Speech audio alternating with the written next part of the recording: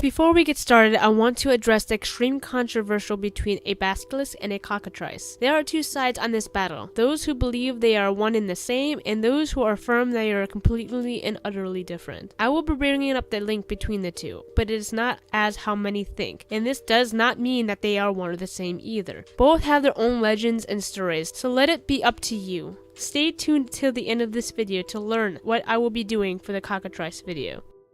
Basilisk means in Latin, little king, at which this creature received its name due to the crown-shaped crest that sits upon its head. Due to its name, the basilisk is considered the king of serpents of the mythological world. The basilisk is in many modern-day medias from Dungeons & Dragons, Magic the Gathering, Ark Survival, Game of Thrones, and Harry Potter, just to name a few. But the mythology has a powerful standing ever since the Greek and Roman times, and often is depicted as the most feared mythological creature. There are quite a few stories from ancient past, so let's get started.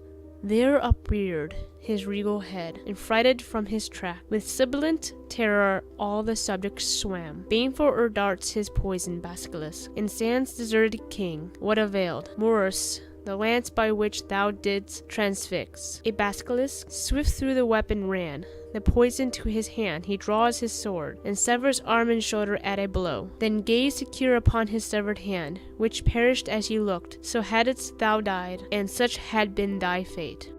Anyone who sees the eyes of a basilisk dies immediately. It is no more than 12 fingers long, which is about 10.5 inches long, and has white markings on its head that look like a diadem. It lives in the province of Cyrene. Unlike other snakes which flee when it whistles, it moves forward with its middle raised high. Its touch and breath scorches grass. It kills bushes and bursts rocks. Its poison so deadly that once a man on a horse speared a basilisk. The venom traveled up the spear and killed not only the man but also the horse. A weasel can kill a basilisk.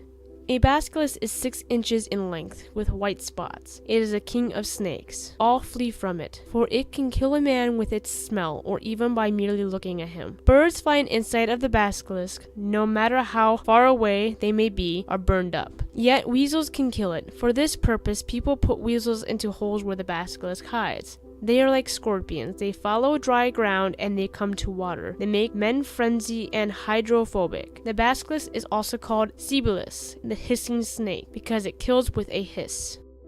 His accounts are very similar to Pliny's, even to the point where the basilisk is found, which is in the province of Cyrene, to the size of 12 fingers. The fear that comes from the other snakes, how it moves, and how it spoils the environment with its very breath. There isn't much of a difference from what I can read, but I didn't find the exact text from his bestiary. However, what I can conclude is this statement on the weasel. This beast finds the lair of the basilisk, kills it with the smell of its urine, and this smell indeed often kills the weasel itself. Heinrich wrote on the basilisk, is always and cannot be but a male, as a more proper receptacle of venom and destructive qualities. According to the extra citations of Julius Scaliger, during the ruling of Leo IV, a basilisk concealed itself under an arch near the temple of Lucia in Rome. Just by sitting there, the creature's venom and odor caused a devastating plague. Luckily, the Pope killed the creature with his prayers. The Venerable Bede was first to mention the legend of a basilisk allegedly being hatched by a cockerel from the egg of a serpent or toad. Later on, the other authors added the condition that the basilisk would hatch under Sirius as it ascended. Apparently, from one recorded statement, basilisks are only males. Most recorded documents may claim that the basilisks live in Cyrene, Libya, and apparently they were beliefs from the Romans that the creatures also lived in and around the Sahara Desert. And the desert used to be fertile land until an infestation of basilisks turned it into a desert. Easy way to tell a basilisk nest from any other snakes is by the tainted nature surrounding it. Contrary to popular belief, the basilisk doesn't have much in its favor when it comes to strengths, but the strengths that it does have can kill immediately. For example, other than the instant fear that other snakes receive when the basilisk whistles, its only 2 attacks is its killing gaze and venomous breath. The basilisk's breath alone can reach birds in the sky, killing them to the point they drop dead. Its breath destroys any and all nature around it, and even can crawl up weapons to eliminate equipped enemies. The most known weakness for a basilisk is the weasel. The very smell of the weasel odor or urine is apparently enough to kill the king of snakes. Plenty of stories explain that To kill a basilisk, all it takes for you is to throw a weasel into the basilisk hole, and the snake and the weasel will die. In the Canterbury Tales by Geoffrey Chaucer features a basilisk whose name was Basilisk. Could be killed by hearing the crow of a rooster, or if it gazes upon itself through a mirror, much like Medusa. This later method of killing the beast is also present in the legend of the Basilisk of Warsaw, at which the beast is killed by a man carrying a set of mirrors. There are a couple tales to be told, one being with Alexander the Great, who ordered a mirror to be placed between his army and a basilisk. Upon seeing its reflection, the monster died. Another tells of St. George, who held his shield so that the basilisk would see its own image and die. Putting all this knowledge together and the very real possibility that people of old may have exaggerated tales or have gone through some kind of hysteria when shit has gone down, we can speculate a real candidate to this beast. It is an easy subject: cobras.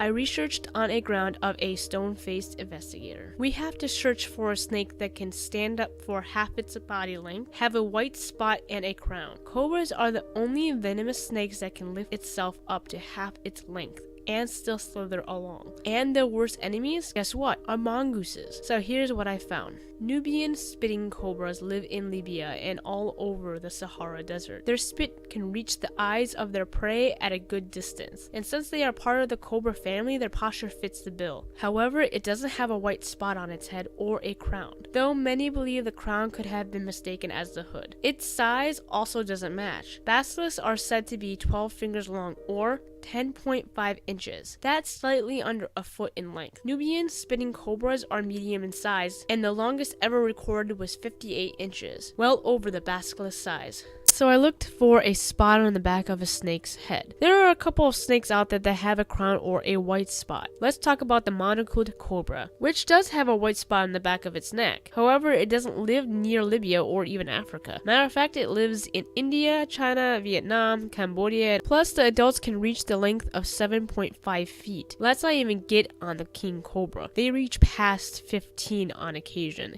and don't live near Libya either. I even searched through the many viperous species that live in or around Sahara, but none match up to the looks or posture of the basilisk, not even the very deadly adder snake. So what about the importation of exotic snakes? They used to bring lions and tigers from all over. Why not snakes? Well, they did, but again, none of the snakes that remotely come close to the appearance of the basilisk comes close in any other significant ways, such as the white crown snake. This snake isn't very aggressive and is mildly venomous. Of course, to the people of ancient times with no anti-venom, that is extremely deadly. This snake mostly hunts at night and is black to dark brown on the rest of its body, so it'd be hard to see at night, and lives in Australia. So what did these ancient people see? What did they experience? What killed men with the crawling of their venomous breath? This doesn't mean a cobra wasn't the culprit. There could have been a cobra that had a mutation of a spot on its neck that could have been the basilisk. Only they know. The basilisk was so infamous, it was linked to alchemy in the 13th century. Theophilus Brisbiter gave a long recipe in his book for creating copper into Spanish gold. It took combining powdered basilisk blood, powdered human blood, red copper,